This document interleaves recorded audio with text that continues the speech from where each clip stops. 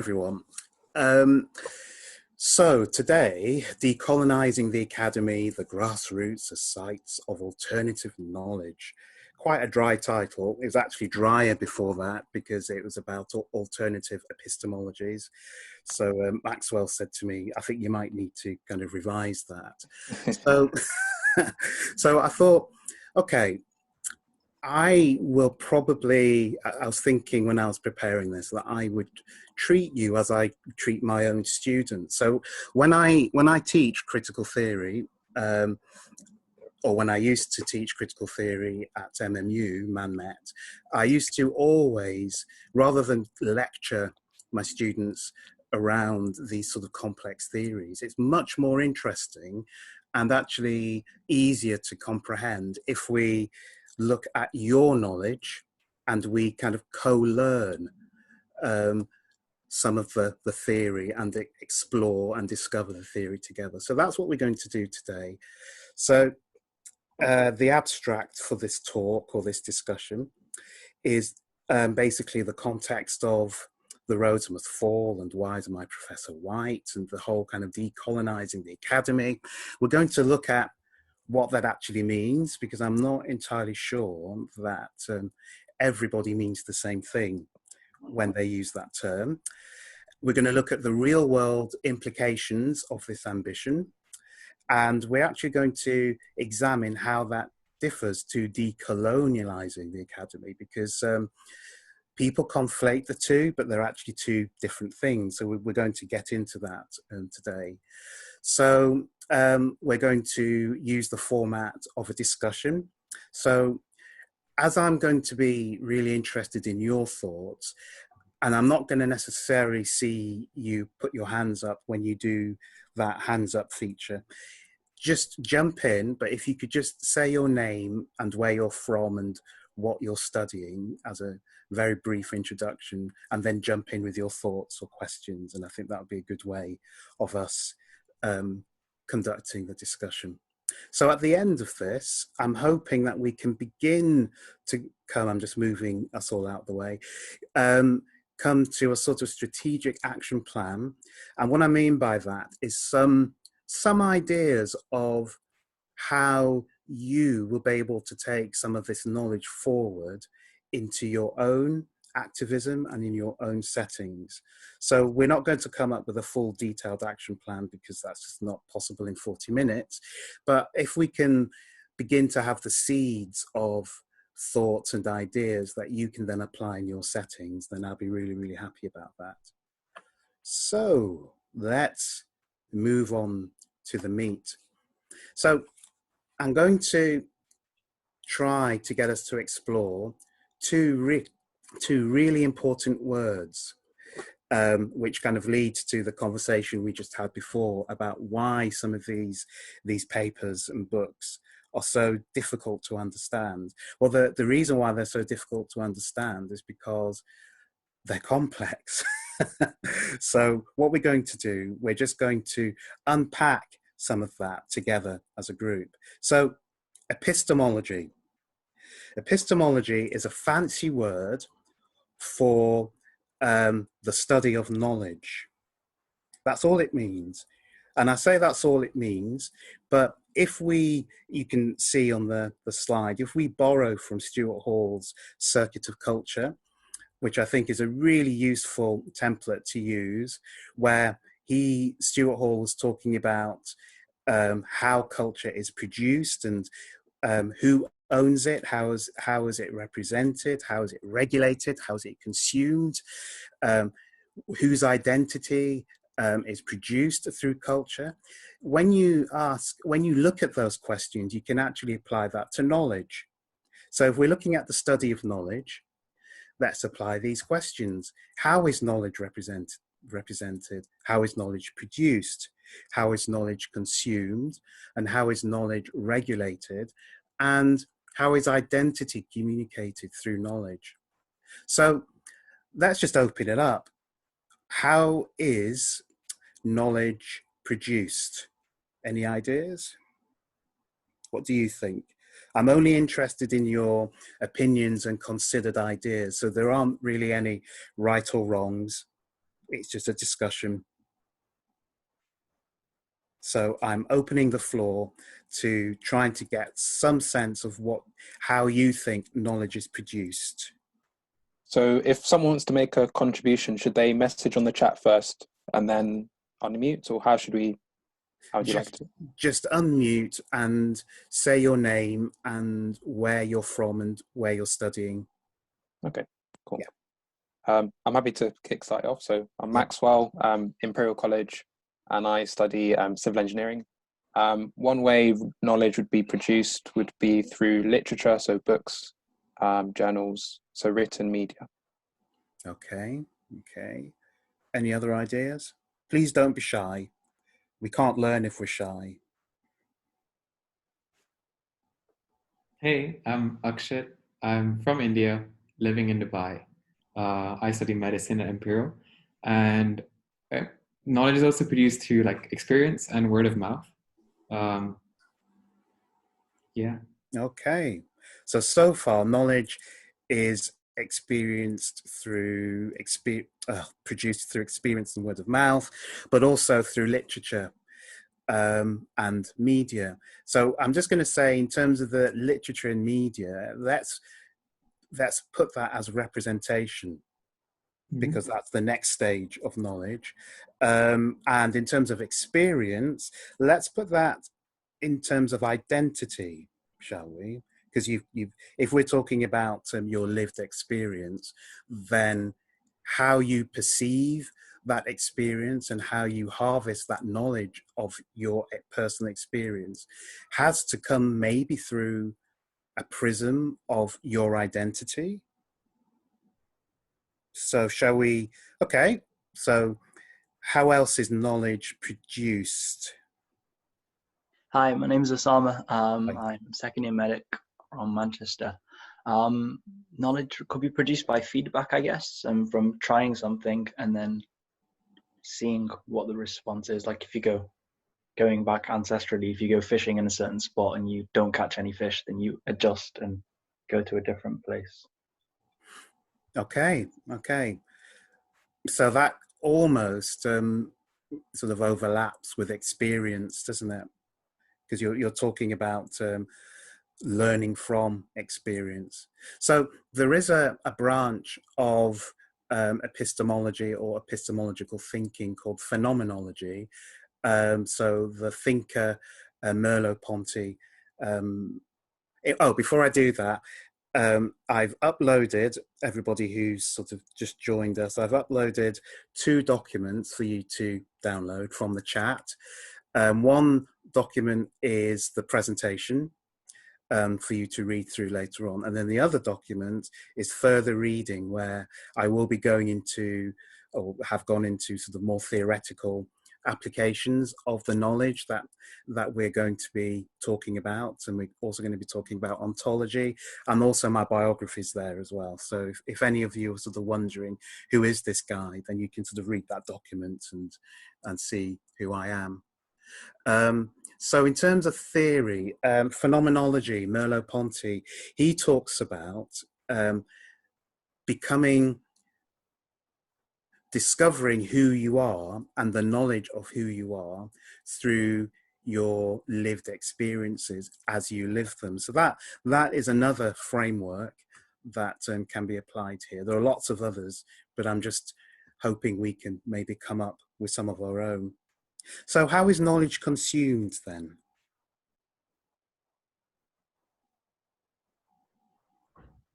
Hey, I'm Ishaya. I'm a medic at Imperial. I would say knowledge can be consumed through many ways. Certainly, like if you're being taught something either from your parents or at school or through reading, things like that. Okay, so for the first time we've got the mention of being taught knowledge. That's actually it sounds like a bit of an innocuous thing, because, well, it's obvious you are taught knowledge. So if we take that as a common sense point of view, now common sense is a technical term, believe it or not. coined by Antonio Gramsci. And what he meant by common sense was the consensus in society that things are the way they are because they are. And it's like a common sense view. And he kind of talked about hegemony, which is a technical term for the negotiation of this common sense point of view without revolution or bloodshed. So it's about how do we get you to think that education is really good without forcing you to think that. How do we negotiate that societally? How do we turn that into a common sense point of view? So you mentioned taught and teaching, which is a common sense point of view of how education is consumed by students, I guess, or learners, and how knowledge is produced by the teachers in order to represent it or broadcast it. So let's just break that down. So teachers teach, but where does that knowledge come from?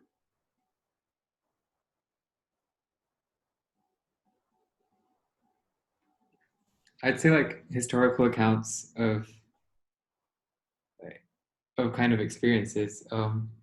It depends. Like if it's science, then it's somebody who's experimented something and found something to be true. So they write it down through literature or kind of visually represent it, and that's what teachers use to learn and teach further. For Okay. each subject, kind of the way you acquire knowledge kind of changes. Yeah. But I'm going to problematize that. So the word problematize means asking questions about assumptions. So we're very slowly taking you through some very sort of complicated and high level academic jargon, which you will read in papers, but we're just applying it to this discussion. So scientists who made discoveries and with their experiments, and that's written down and then kind of communicated through history. So then we need to then talk about the identity.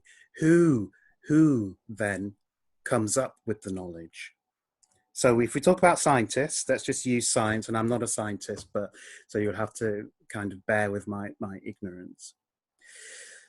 Scientists have identities, as do all human beings, but these identities, if we're now going to look at the circuit of culture from Stuart Hall, actually exist within a cultural perspective. So if knowledge is generated from a person's point of view or identity, so let's call it a scientist, then their cultural position has to be taken into consideration to give context to the science or the knowledge that they're producing. Now, the reason why that's important is because we can all think of examples where other non-Western inventions or pieces of knowledge are not held to the same value as Western pieces of knowledge. So already, when we're talking about epistemology, identity of where and who is producing this knowledge becomes really important. And then if you look across to regulation, so that's interesting in this context of culture, of knowledge, because knowledge obviously has to be regulated in order to join the canon of literature, of whatever field it is you're studying in. So let me see if I can explain that.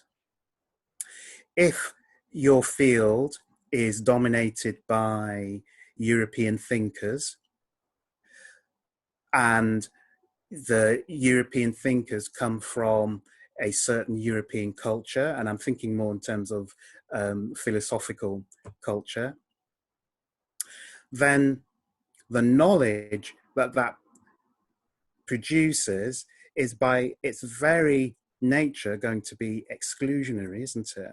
Because you're not necessarily going to be getting the viewpoints of other thinkers or scientists from around the world who aren't plugged into Eurocentrism. So if you're at university and you have a reading list to wade through, then regulation becomes quite an important thing, because then who regulates that reading list? Because that reading list is ostensibly where your knowledge for your discipline is going to come from in terms of your further reading. Who curates that? Obviously, it's your lecturer, obviously. But in terms of the background of your lecturer, in terms of the identity of your lecturer, what canon are they drawing from in order to regulate that knowledge that then you are then consuming? And then, of course, how is that represented? So when we talk about epistemology, all of these issues around knowledge, where did it come from? How is it used? How is it represented? How is it regulated?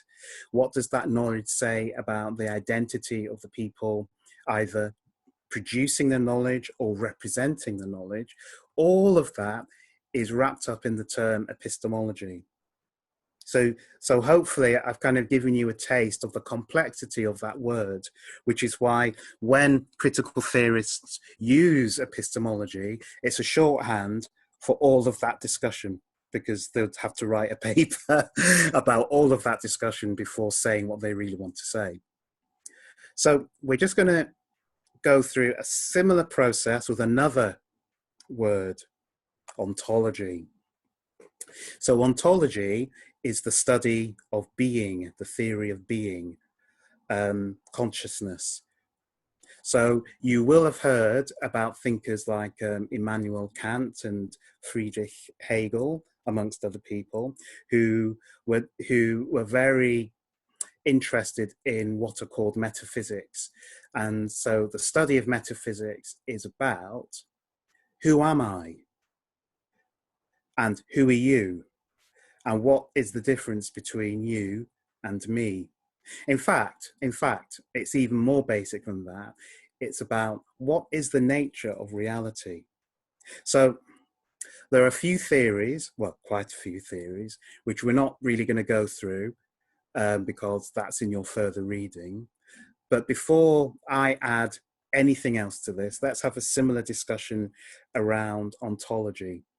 So let's see. Ontology is the study of being. So how is that represented?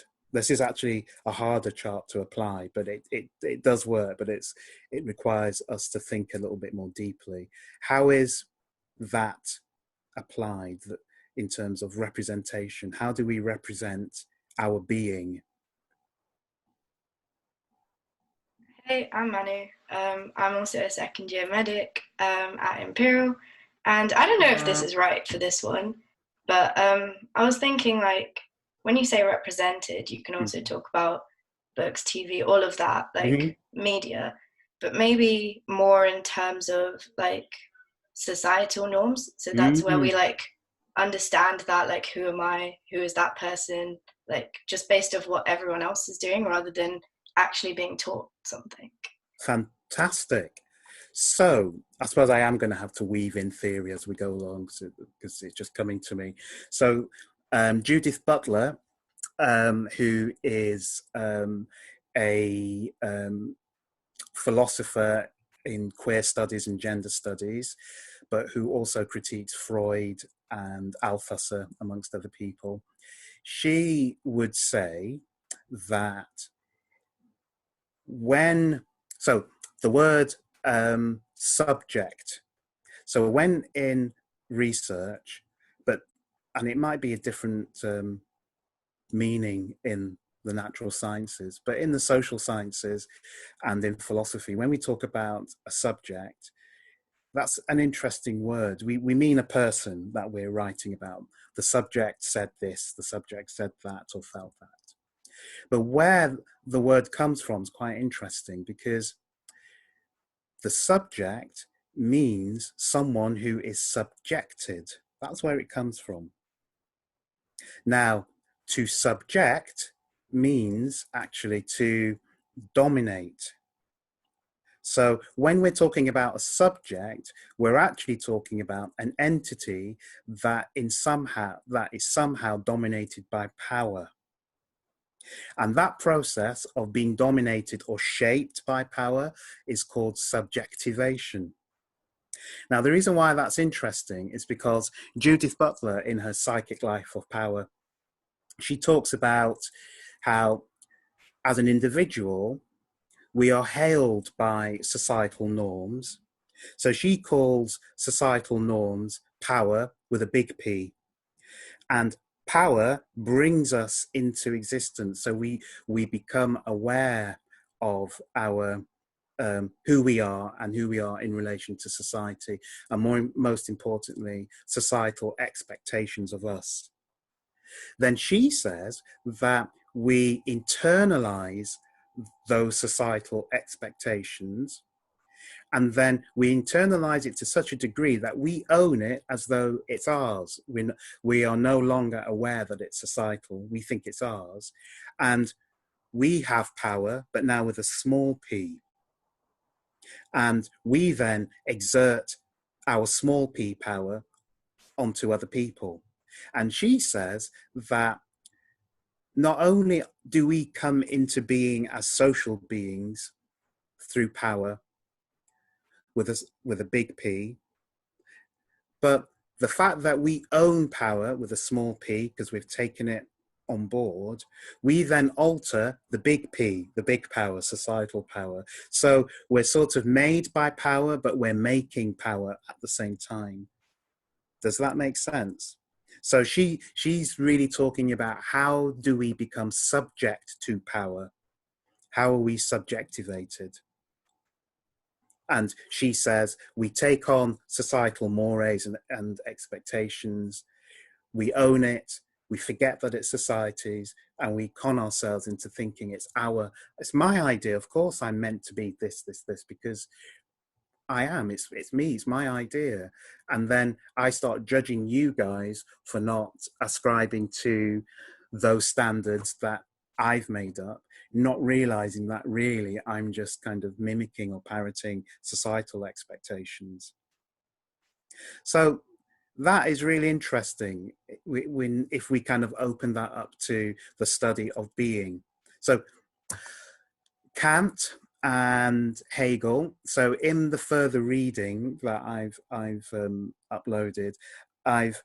uploaded a chapter from one of my books where I look at Hegel's metaphysics and how the metaphysics of being through Hegel, who was a fierce critic of Immanuel Kant, is applied to political philosophy as through the lens of C.L.R. James, a Trinidadian writer.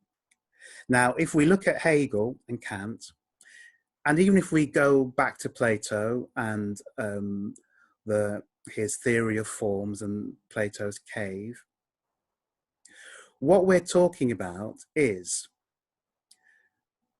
does reality exist outside of our heads or in our heads? Where is reality? So if we zoom a bit further, obviously from Plato to Descartes and his famous, I think, therefore I am, cogito ergo sum. Quite surprised I remembered that, actually. That was sort of quite revolutionary, because what Descartes was saying for the first time, I guess, in, well, maybe not the first time, just bear with me. I've just told everyone not to ring me because I'm working and someone's rung me. So I've just gotten rid of that. Apologies, everyone. So what Descartes did, which was sort of quite revolutionary at the time, was he said that there is a separation between the body and the mind. He's saying that the mind is unknowable because it's private, it's the mind, but the body is visible. However, because I can think, then the actual act of my thinking is the creation of my existence. So the reason why that's really important in the context of ontology is that in Europe, in European thinking or Eurocentric thinking, there is this duality between the mind and the body, which in other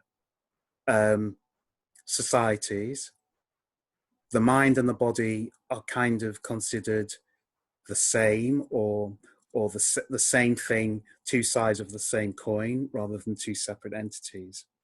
Now, if we're looking at science,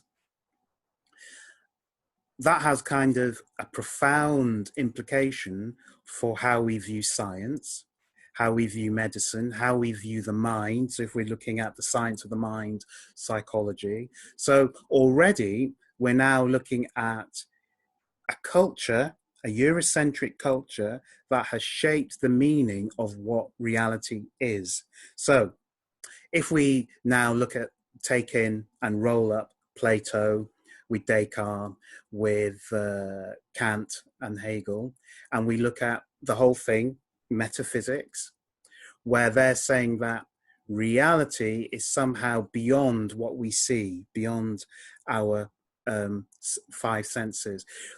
Coincidentally, people like John Locke and the Bishop Berkeley were talking about reality was formed through our sensations. So there actually isn't reality beyond our sensations. So that was kind of, those are competing arguments of the time.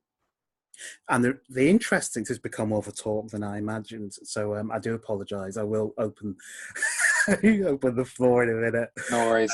I told you I can go Just off. continue. No, it's fine. It's fine. So the reason why that's sort of really quite interesting, if we're really going to update it to the present day, using the films like The Matrix, which is one of my all-time kind of favorite films, and if we kind of just briefly cross over into quantum mechanics, all of it is related, I promise.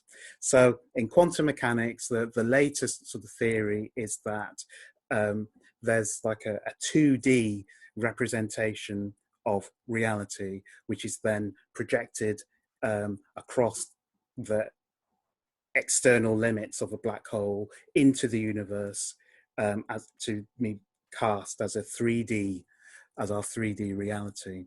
So part of the M-brain theory, and which is again part of string theory. So I'm not really going to go into that, but the reason why I'm mentioning that is that we're basically talking about hologram and holographic representation in our science today.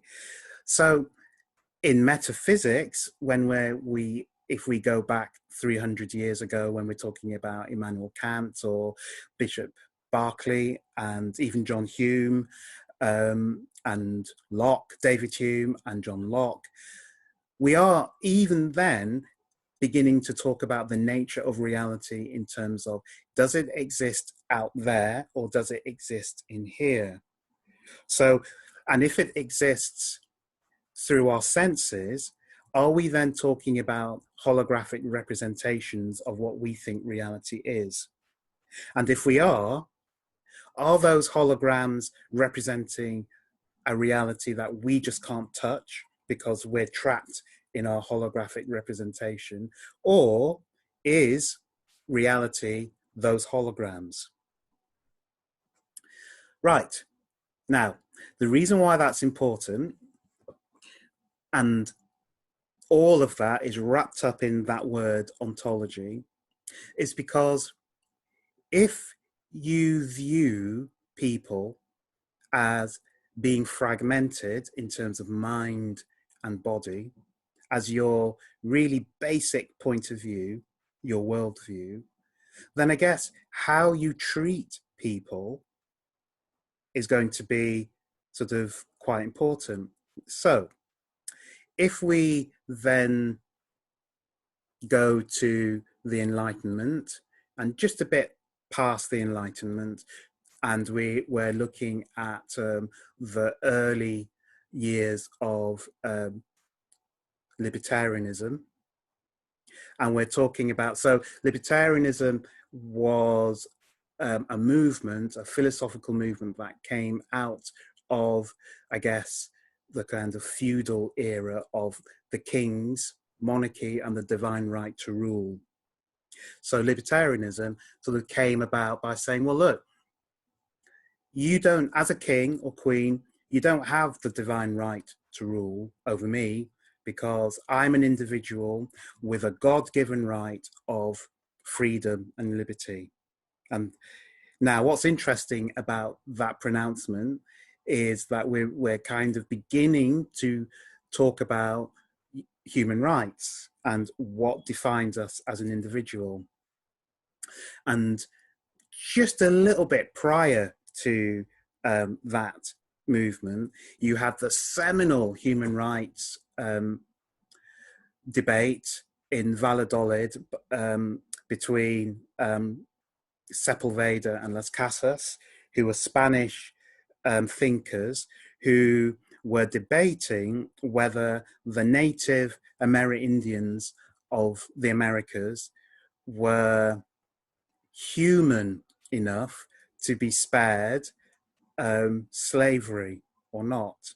And the argument used there was, are they able to become Catholic? Are they able to become Christianized? Because if they are, then they have a soul, they are human beings, and they deserve not to be enslaved, which is what Las Casas was saying. The other argument was, well, they're savages because they indulge in cannibalism and blah, blah, blah, blah. Now, but what's interesting about that is that this Eurocentric duality between mind and body, they have a soul, they can be Christianized, underpinned the very nature of how they were categorized as either human beings or non-human beings, or beings or non-beings. So we can begin to see the root of Eurocentric philosophy, Eurocentric thinking about ontology, about being. So if you zoom slightly forward, so I think the Valladolid debates were in 1518 or something like that. And if you kind of zoom forward maybe 100, 150 years or so, when John Locke was writing, this whole thing about freedom and liberty, it's interesting because the Atlantic and other slave trades, other routes, but I'm going to stick with the Atlantic for now. The Atlantic slave trade was kind of in full swing. The Brits weren't quite there, so I guess it wasn't in full swing because it only really was in full swing when the British perfected the slave trade. But it was, there. And these wonderful words are being written, but they weren't applied to non-white people. They weren't applied to Africans. And Thomas Jefferson, when he was writing the Bill of Rights in the US, don't know when, is it 1744 or thereabouts, and he uses the term inalienable rights, but of course that didn't apply to the indigenous people there, or the slaves that were taken over. So you already have, the reason why I'm going around the houses is because you have this schism, this Cartesian schism between mind and body, which then enables you to treat people as though they don't have a mind and they're just a body, so certain treatment is justified. So in America, you had African slaves were considered only 3/5 human and were considered without a soul. And the reason why they were considered without a soul is because of that Cartesian duality. Now, if you look at other world cultures, from the African continent all the way through to the Indian subcontinent, through to Chinese, or I'd say Buddhist philosophies, there's no such schism. The mind and body form one. So it's difficult in those worldviews to dehumanize people because people in those worldviews already come with a mind and body and a soul, all intricately wrapped up into one body, the human being. Whereas in the West, we've fragmented that. So I've just kind of, in my little monologue, and I do apologize for that, I've just kind of outlined some of the complexities behind the word ontology, which is why it's used. And just to recap some of the equivalent complexities around epistemology. Right, so why have we kind of gone around the houses to talk about epistemology and ontology?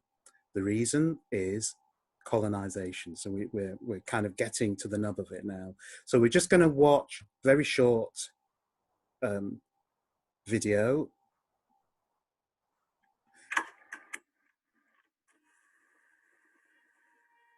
called Concerning Violence. Colonialism is not a thinking machine, a body endowed with reasoning faculties.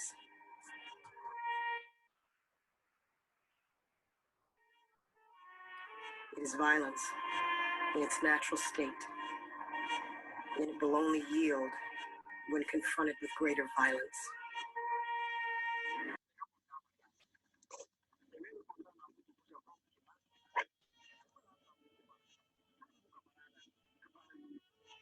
Mission, vi förbjuder ju att församlingsmedlemmar ska ha mer än en hustru till exempel.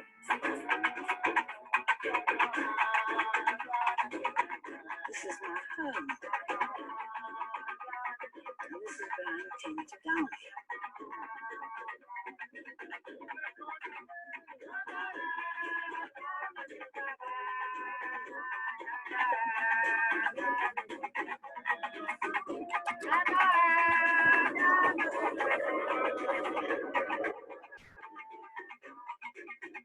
In September of 1962, the Congress of the Mozambican Liberation Front affirmed unanimously the will and determination of the Mozambican people to fight for national independence. Long live Africa!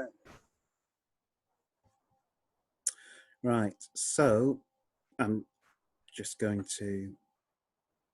going to stop sharing for a sec because I just need to get rid of that. Otherwise it will play in the background, which I don't want.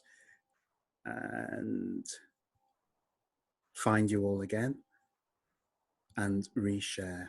So just bear with me.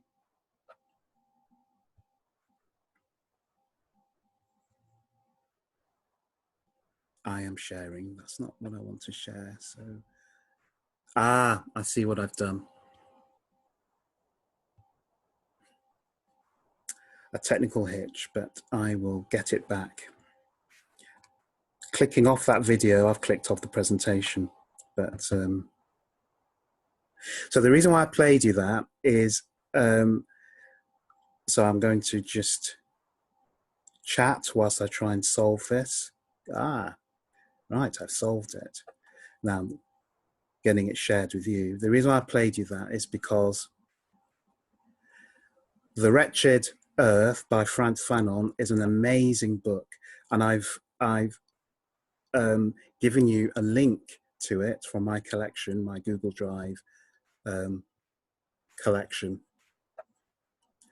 for you to read. Now, Concerning Violence is an essay from that book, which talks about colonialism, where it came from, and how it morphs into capitalism. So he's drawn an incredibly precise, clear picture that shows how what we live with today came from colonialism from the past. So I'm just desperately scrabbling around trying to share this with you, and I'm not entirely sure why I can't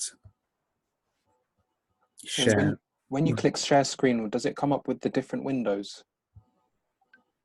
Yeah, so I'm literally just sharing my screen, and I'm just... Yeah, and if you try if maybe if you minimize, I don't know, it might show your desktop, but I don't know if you have the PDF open. Ah, Yeah, thank there you. you go. Yeah, There we go. Thank you very much. no worries. So the reason why I can stop sort of rambling now. The reason why we watched that trailer for that film, so the film itself is a visualization of the essay. It's an incredible film, which if you can hunt that down and watch it, it will explain so much. And if you can read the book or read the essay from the book, even better. Right, so now we have a better understanding of epistemology and ontology. I want to ask you now, what is colonization? And we're going to use the tools of epistemology and ontology in the following ways. How was knowledge produced, represented, and regulated to the colonized? And how, and in terms of ontology, how was the theory of being, how did the theory of being underpin the colonialists' view of themselves and of the people that they colonized? So I've opened the floor, so can we have some ideas? So I think one way of, in terms of, maybe this kind of overlaps with regulation and being, there was a very clear sort of power structure, or like a racial hierarchy, where you've got the white Europeans, they are on top, they're dominant.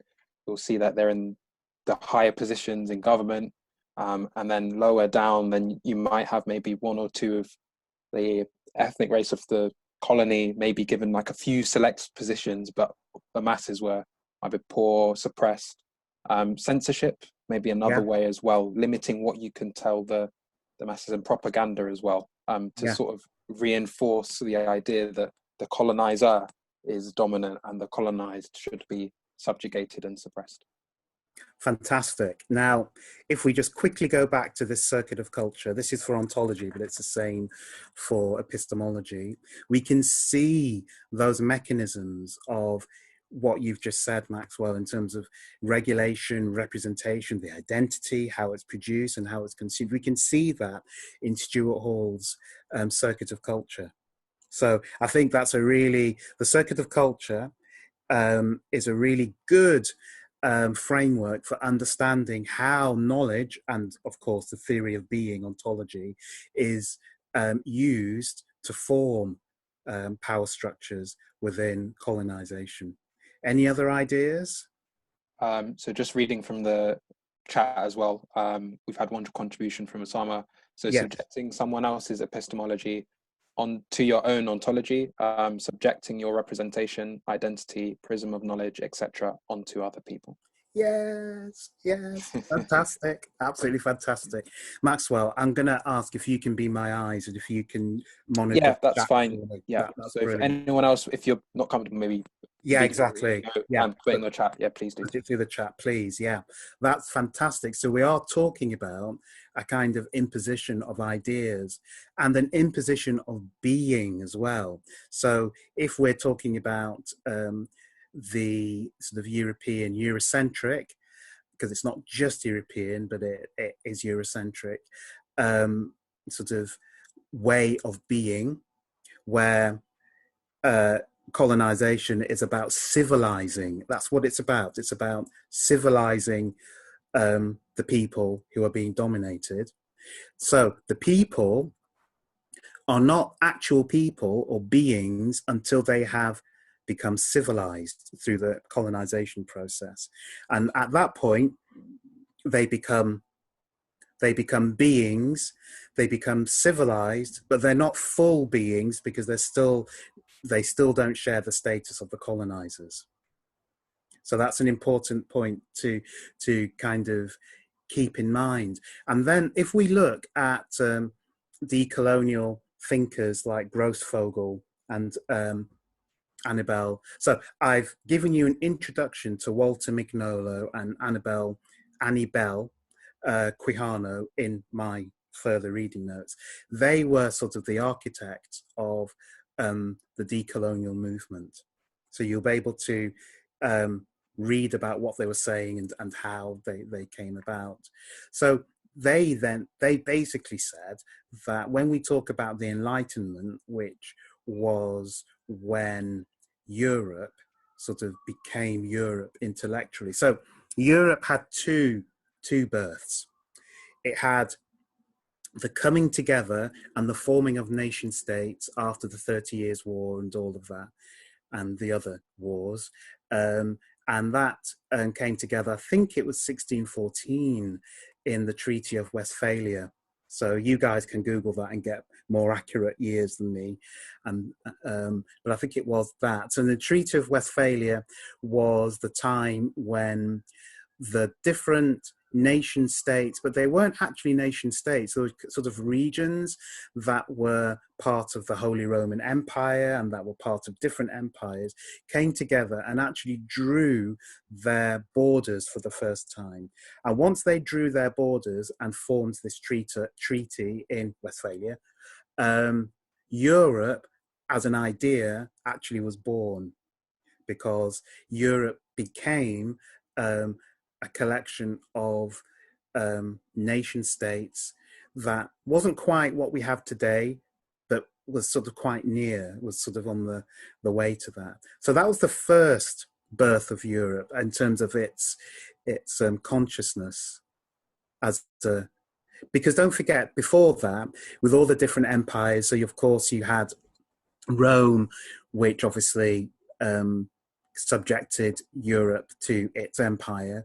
Because I think one of the things we need to kind of disabuse ourselves of is the belief that the European identity is old. It's from the Greeks and the Romans, but that's simply not true.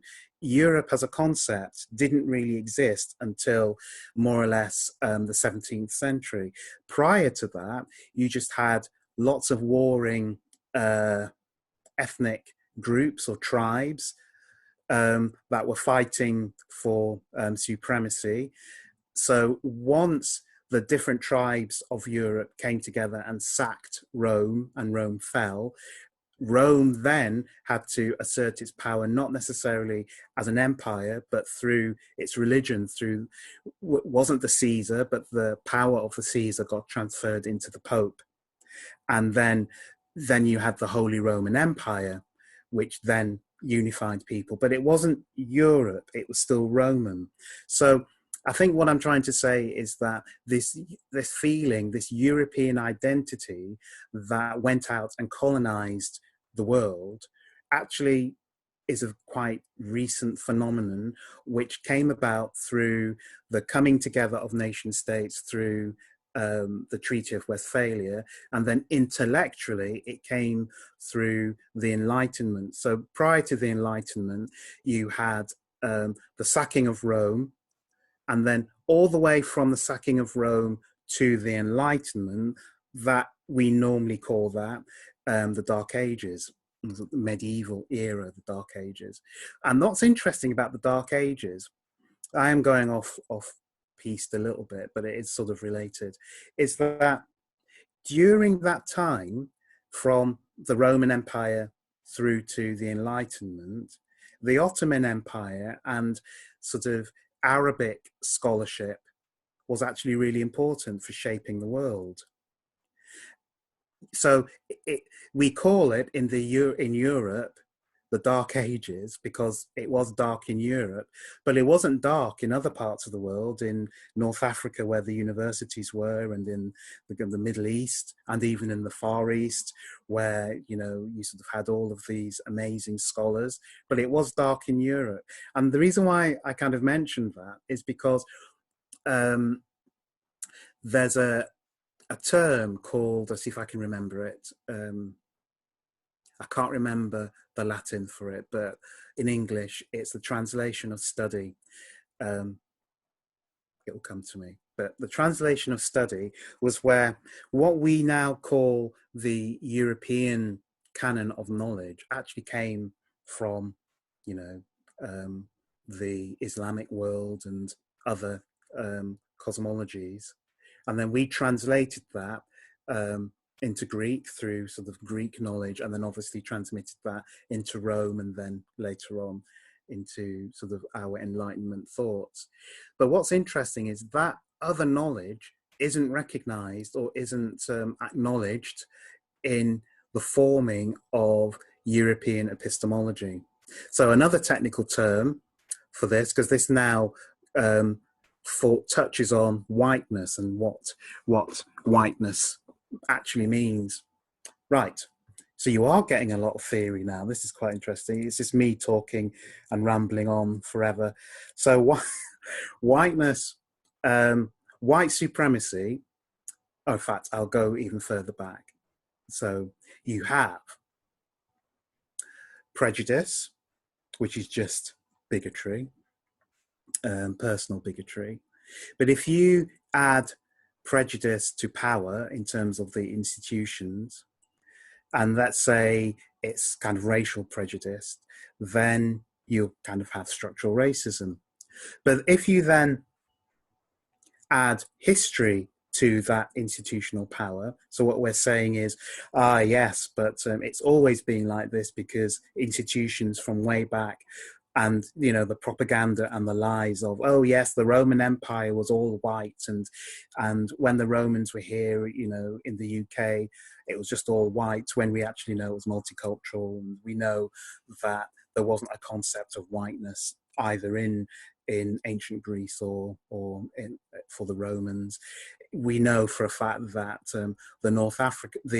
the British Celts and Picts were considered more barbarian. Well, they were considered barbarian, whereas the North African kind of dark-skinned people were not, because they were part of the Roman Empire, which is why we know that we've had a black Libyan person ruling parts of the UK. I think he was called Septimus. You'll have to Google that.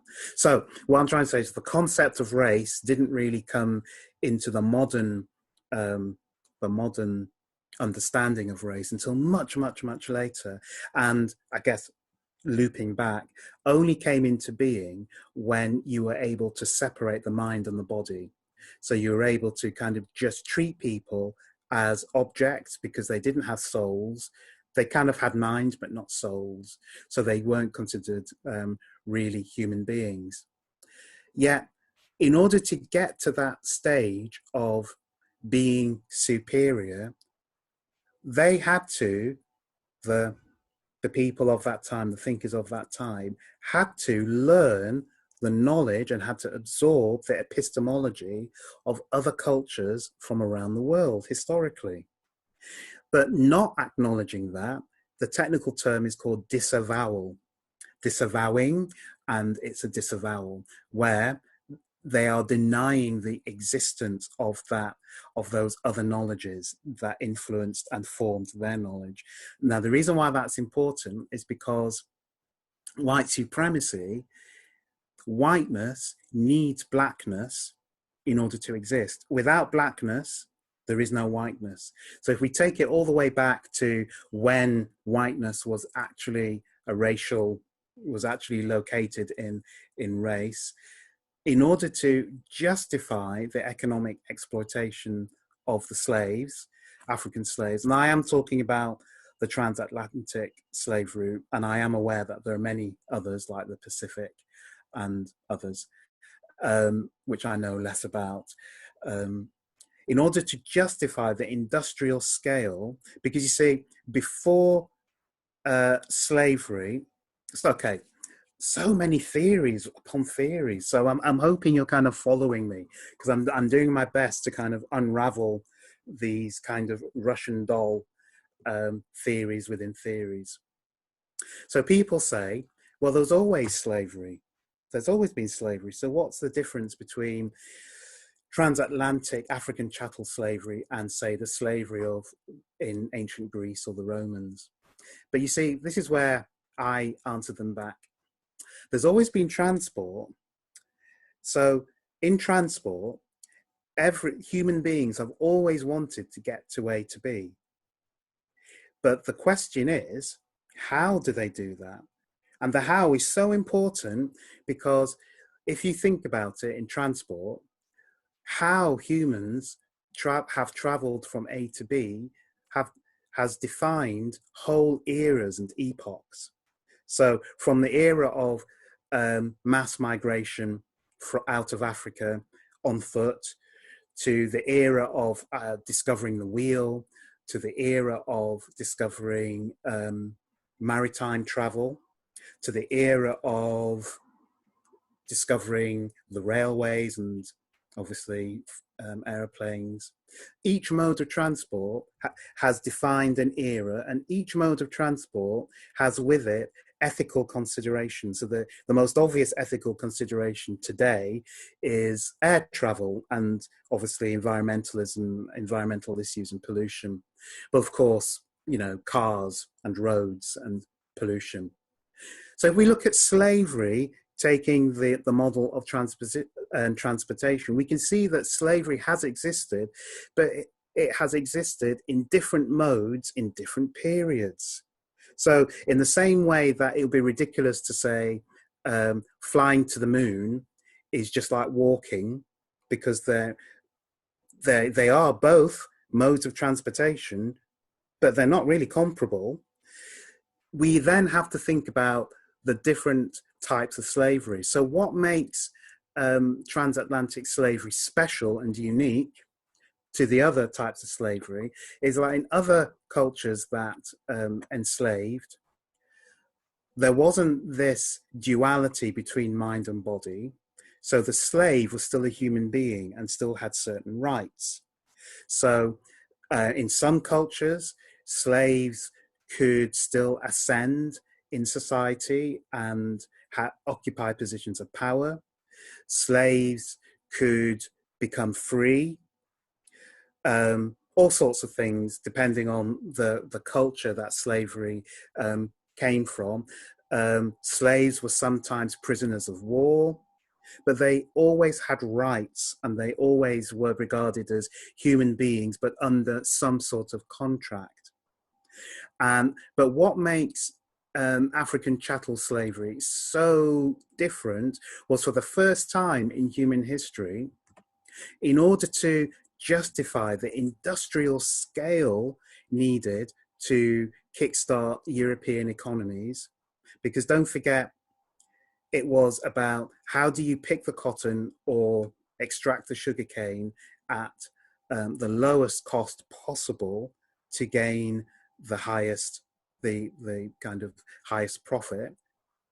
In order to justify that exploitation of human labor, you had to make them not human, non-beings. It wouldn't work otherwise. You literally couldn't treat human beings as property, chattel. So you had to dehumanize them and use that kind of Cartesian duality, schism between the mind and the body to do that. Now, at that point, for the first time, and this is kind of where the decolonialists kick in, is that labor, slave labor, for the first time was linked to skin color and this idea of blackness. So whiteness then became important because we need to have this work to be done. Otherwise we're not going to make our money, but we can't do it. So we need a mechanism that justifies the enslavement and exploitation, obviously, of another group of human beings. So what do? We dehumanize them. Now, this is where ontology and epistemology comes into the colonial process. In order to dehumanize people, and let's just take African slaves as an example, you actually had to strip away their kinship, their culture, their languages, everything that made them rich human beings actually had to be stripped away. Now, if you read Black Marxism by Cedric Robinson, brilliant book. I've not included that on the reading list, but please include that for yourselves. He talks about the invention of the Negro. So the Negro is a technical term that alludes to this dispossessed person whose culture and epistemology and ontology, sense of self, was stripped away purely for the function of being a slave or a worker. So they became an empty shell. So colonialism works at the level of stripping away all of what we talked about in terms of epistemology and ontology, and what Stuart Hall talks about in terms of culture, our culture, and turns the being into an entity of utility, but not of being. Okay. So let's just quickly, because I have a feeling we're running out. Yeah, I was going to say that I'm conscious we've passed the 5 o'clock mark, so if you're able to wrap up. Actually, before you just move on, I just wanted to sort of mention a contribution Isabel wrote, kind of linking to what you were saying about whiteness and blackness. She said race science, a pseudoscience that tried to categorize people into distinct groups based on biological and physical characteristics, and using this to enforce the idea that one race is scientifically superior/inferior. But we now know that race is a meaningless biological category. It's more of a social idea. So I think that point ties into what you've just been talking about. Totally. So you had scientific racism, which only officially ended in the 1960s, by the way.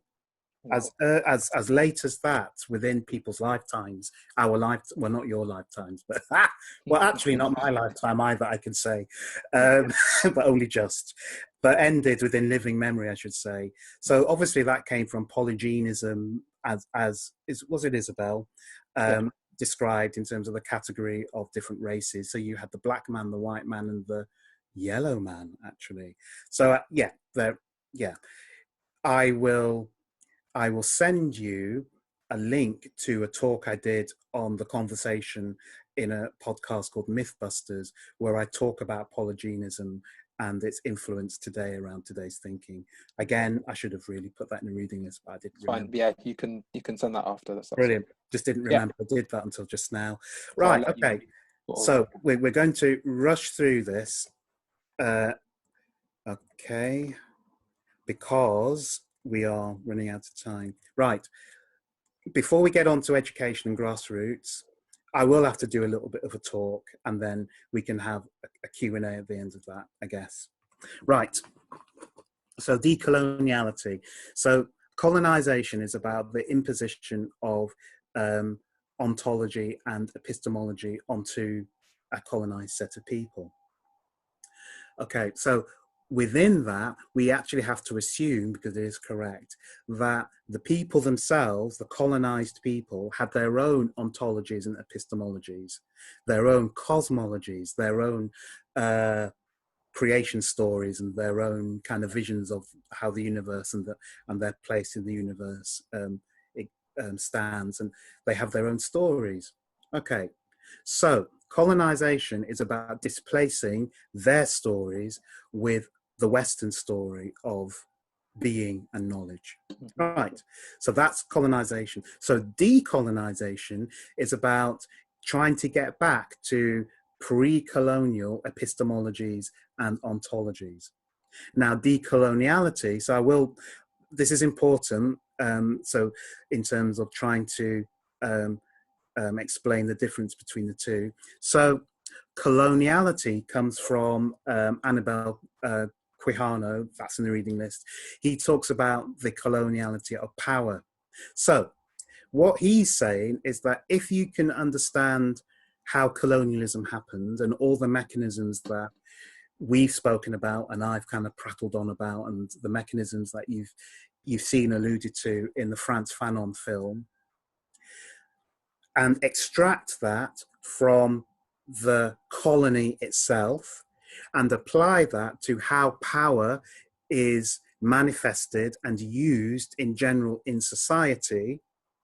So how power is used to indoctrinate people, used to strip people of their identities in order to replace their identities with social mores or social expectations or market expectations, which we haven't gone into, but you can read my work where I talk about how whiteness is then morphed into what we call the market.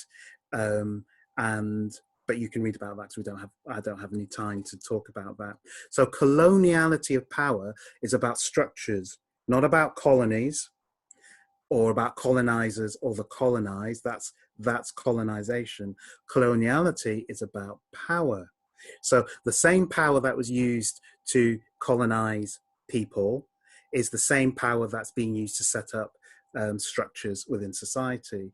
Yeah. So decoloniality then becomes about how do you manage and address the power imbalances within the structures. So when we talk about decolonize the curriculum, what we actually mean is how do we decolonialize the curriculum? How do we improve the reading lists? How do we expand the reading list? How do we kind of make it more relevant to a worldview?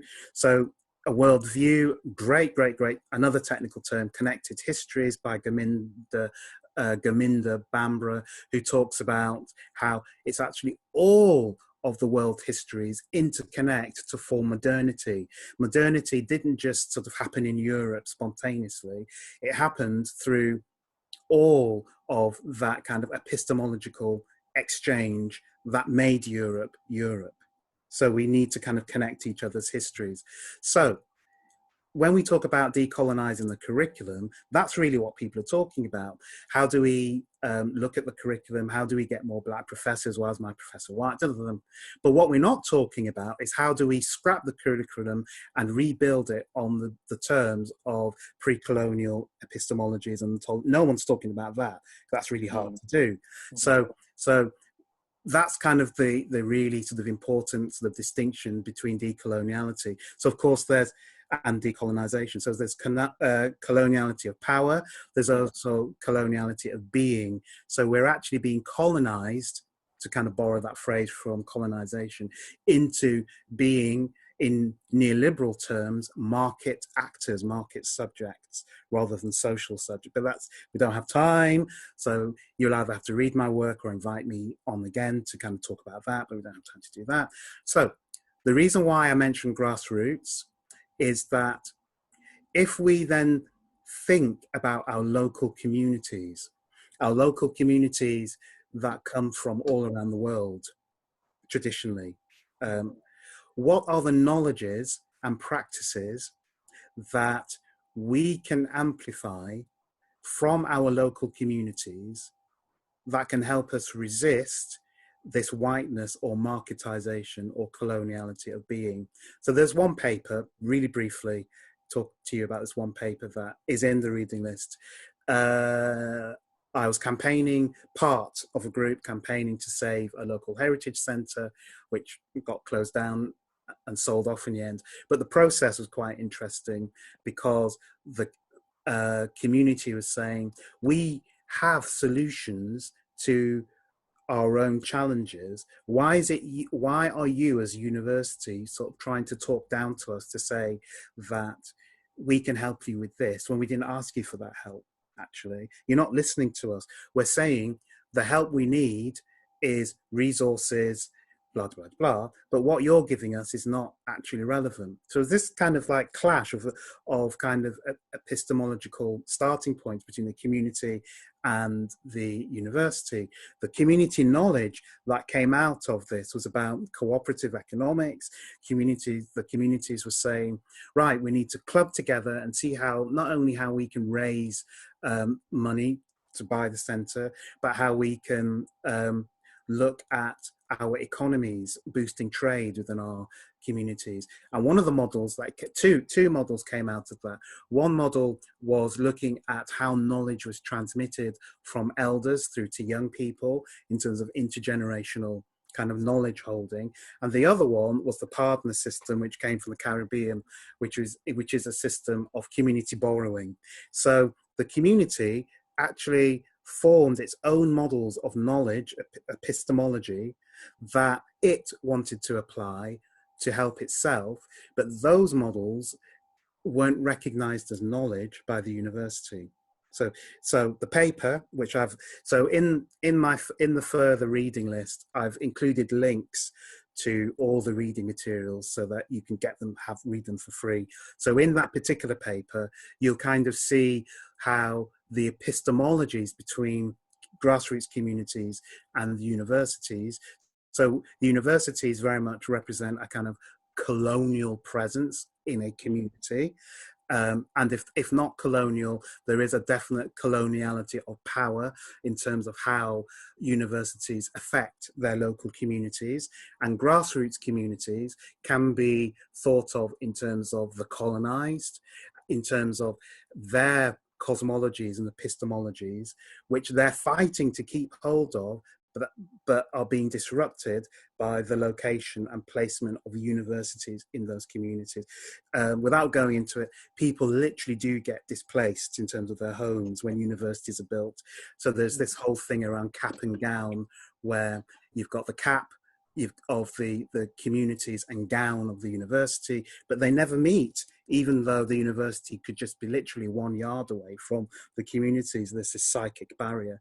But the reason why that barrier exists is because there is a clash between epistemologies of the academy and of the grassroots. So I've kind of condensed in the, what I really wanted to say, but I've kind of covered it. Yeah. So I think we should have a quick Q&A, because then maybe through the Q&A we can talk about your ideas of how you can apply your knowledge of now decolonization, decoloniality, ontology and epistemology to your areas of influence. Okay, so I think in terms of the technical aspects, we have, I think at 5:30 the call will officially cut, so yeah, maybe 5 minutes before 25 past we'll say definitely wrap up. So yeah, for those still on the call, please submit your questions via Slido that you have, so we'll have just a short Q&A to ask. I guess one question, yeah, I've got 2 questions so far. So the first question I've got for you is, to what extent does one's empowerment shape the politics of a nation? So it's quite an abstract question there. Depends, because if this is where, if we look at identity within that circuit, in fact, what I'm going to do, I am going to just put the slide back up, because, right, it is, right, just going to put that there. Yeah. It depends on the identity of the empowerment. If we're talking about empowerment of, say, the white majority or the middle classes, and by the way, you will read in the further reading that class is racialized, is a racialized system. So you'll read how class is just an economic expression of race, and you can go into that another time. So if we're talking about the empowerment of the elite or the empowerment of the powerful, then it shapes the nation in a harmonious way. But if we're talking about the empowerment of the dispossessed, then it shapes the nation in a really disharmonious way, or dissonant way, as can be seen with the current protests. So it's always about the situation. Mignolo also talks about situated knowledge. All of our knowledge is situated because of where we sit within the hierarchy, within the system. And it's about recognizing our situatedness to recognize where our knowledge comes from and what it inflects to. So depending on that, will answer the impact it has on a nation. Okay, thank you. The next question we have is, would you say the libertarianism movement was an important development in changing the idea of like knowledge should be taught top down, so an instruction from a certain place or a person from a higher class? I think it was because of the hypocrisy of liberty and equality and freedom not offered to the slaves. I think it was hollow from the beginning. It was only about the owners. So libertarianism actually was a treatise of ownership. It was never really a treatise of freedom and equality. So from that point of view, I think it marked the downfall of Western, our Western era, if you will, our Western ideology, because from libertarianism, and we just don't have the time for me to kind of map it out, we get to capitalism, and then advanced capitalism and neoliberalism, which is where we're at now. And we're literally at the point where neoliberalism is threatening to kill the whole planet. Not, yeah, oh, please. Just, oh, gosh. So, not just through the environment, although that's the biggest threat, but just through social inequalities and the wars and kind of discord. But that all came from libertarianism and the hypocrisy of not really treating everybody, not really regarding everybody universally as human. Okay, thank you.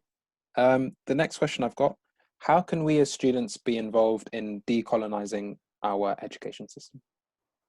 Right, so in the further reading, I'm so really happy that I did that for you. I give you a snippet of a conversation we were having in my research group about how students can do that. And in that snippet, we said that students setting up reading groups in the community, sharing some of that literature that you're discovering. So if you are reading The Wretched of the Earth by Frantz Fanon, sharing that and setting that up. So the question is, who do you share that with?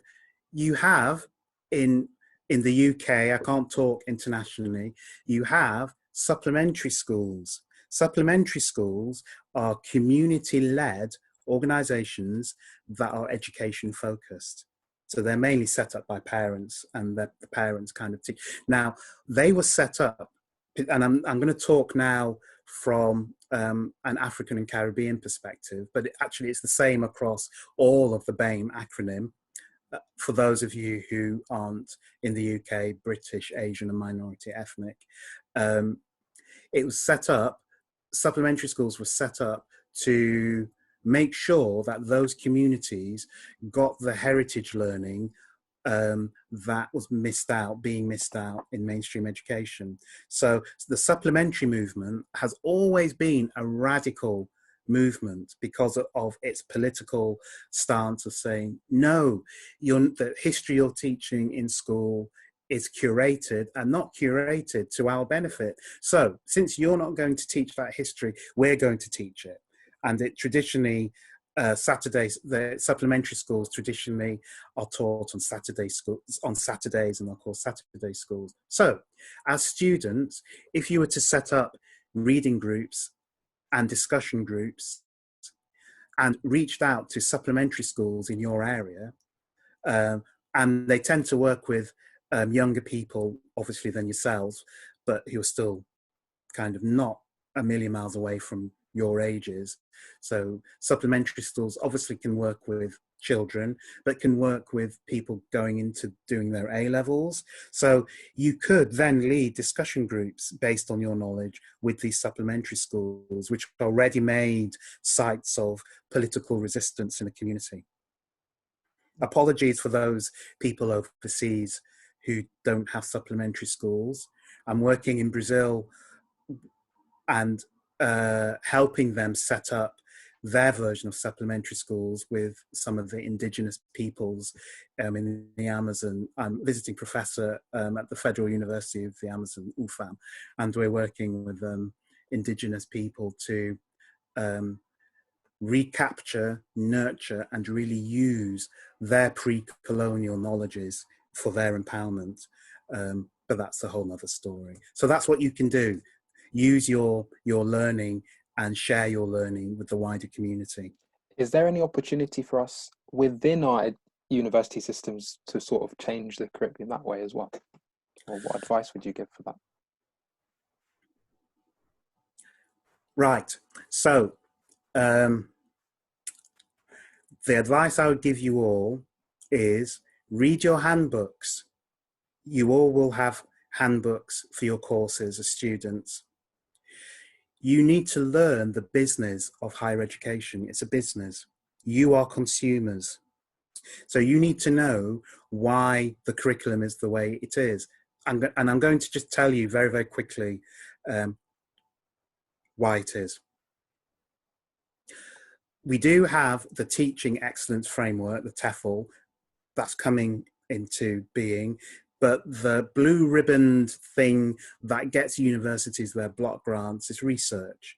And the way in which research is audited is through the REF, the Research Excellence Framework.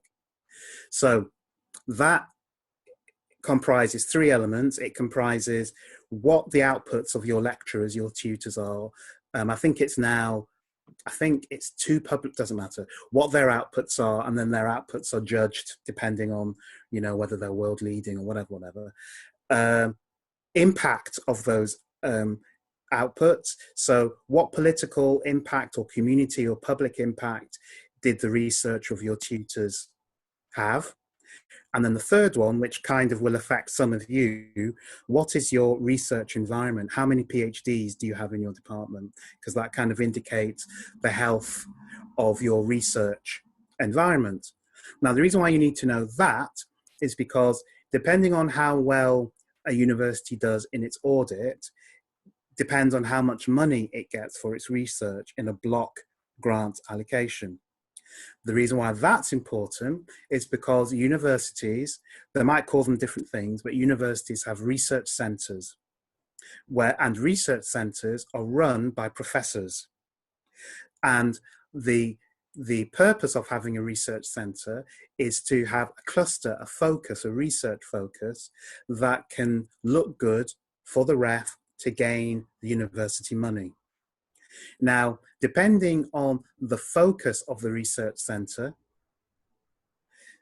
the lecturers, your tutors, who are part of that in some shape or form, their research will have to resonate with that research centre.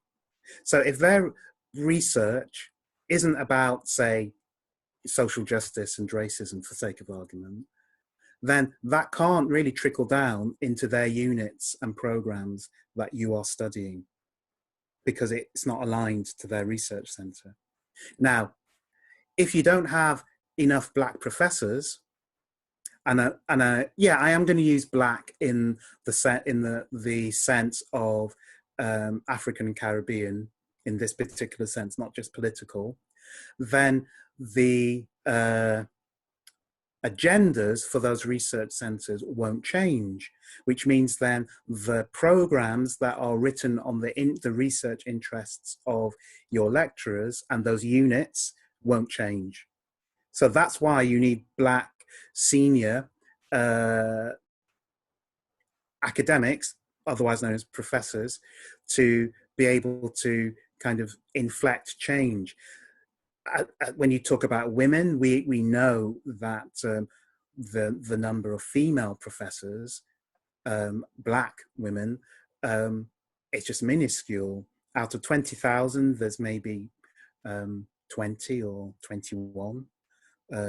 So you need to know the business of higher education as consumers, and I disagree with you being consumers, because back in my day it was about knowledge and another whole talk, but you are now categorized as consumers. You then need to assert your consumer rights about your education. So in a way, that's the flip side. If we're going to treat you as consumers, which I disagree with, then actually you need to really be gemmed up on your consumer rights about the type of education you are paying for and that you are getting. And I think knowing the business of higher education, knowing that you are a consumer of that business, actually puts you in a powerful position that they actually have to listen to you to do that. So I know at Goldsmiths, I don't think they have a sit-in right now because of the lockdown, but pre-lockdown, they had like a 50-day sit-in where they were kind of protesting against the whiteness, the unfair white. There's nothing wrong with a curriculum with white thinkers. It's about the exclusionary. it's about privileging those white thinkers or centering those white thinkers above everyone else. We should have all the thinkers from all around the world, so that we're not saying Eurocentric epistemology is up here and everyone else is down there. We'll just mention you a bit because we're ticking a box. No, actually, Eurocentric epistemology is just one of many, many, many epistemologies in the world, and that's what needs to be reflected in university curricula. Okay. But you can do that through your students' union, I think, as well. Your students' unions are your representative body to make those appeals. Cool.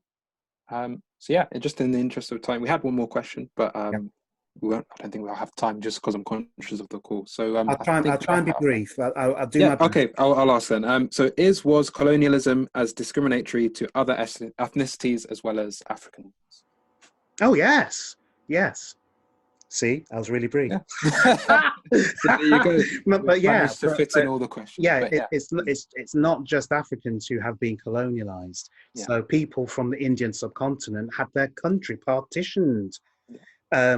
And people in their country died of starvation in the millions because of colonialization under the British Empire. And so there are lots of other ethnicities. Britain at its height, I think, colonized, I don't know the figure, but it was just a ridiculous high percentage of the planet at one point was under British rule, which took in lots of ethnicities. I think I should have answered that question. I should have just said, just watch the Beyond series talks. We've got most of them recorded, and we've actually covered much of the British Empire to learn more about that. So thank you so much for your talk. Really insightful. Abstract at times, but really in depth as well. And you've really linked it back. So thank you.